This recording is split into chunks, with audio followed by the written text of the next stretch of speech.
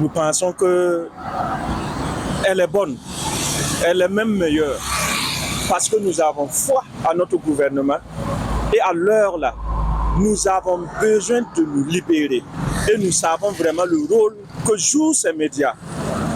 Donc, pour nous, c'est une très bonne nouvelle, cette suspension, parce que nous pensons que ça a été mûri avant de prendre cette décision.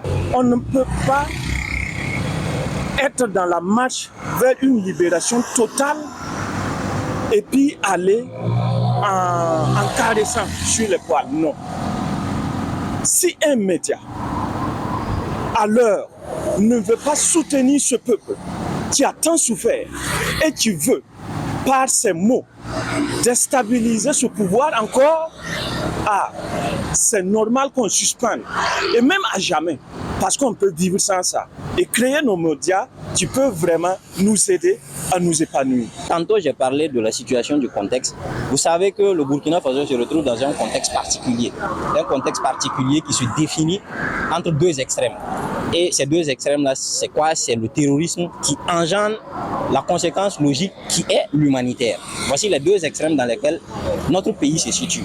Et aujourd'hui, nous avons eu peut-être la chance, je vais dire ça, d'avoir des dirigeants qui sont venus avec la volonté de pouvoir solutionner ces deux extrêmes-là. Et en solutionnant ces deux extrêmes, vous n'êtes pas sans savoir qu'il faut créer un cadre. Il y a une situation particulière et les gens doivent communiquer ou ils doivent investiguer en faisant attention à cette situation particulière-là. Et le président l'a dit lors de la suspension de Omega, que tout média qui va s'exposer à des contrevenants, qui ne rentrent pas dans le cadre de la défense de notre contexte et dans le cadre des intérêts ou de nos acquis, ces médias-là se verront suspendus ou même interdits. Je pense que c'est une manière de dire qu'il n'y a que le Burkina qui est important actuellement. Moi, je me dis que si on a pu suspendre France 24, RFI, c'est pas une chaîne, c'est pas un journal ou bien un truc comme Jeune Afrique qu'on ne peut pas suspendre.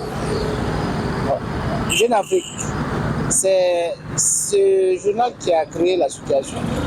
Parce qu'il a avancé des propos qui ne sont pas réels, des mensonges. On ne peut pas accompagner le mensonge. C'est-à-dire, seulement il y a eu un montage en amont. Un montage pourquoi? Parce qu'ils ont révélé des trucs, c'est préalablement rédigé. Maintenant, au finish, ça n'a pas eu lieu. Il y a eu des avertissements. Il y a eu des avertissements et ça n'a pas été respecté. Je prends le cas des différentes chaînes que vous venez de citer. Il y a eu des avertissements. Et s'ils ne respectent pas, ils continuent à ramener à contre-courant, à entraver la bonne marche de cette transition. C'est la décision. La décision finale, c'est vraiment fermer ces radios et interdire en tout cas l'accès de ces journaux-là dans ce pays qui est le Burkina Faso.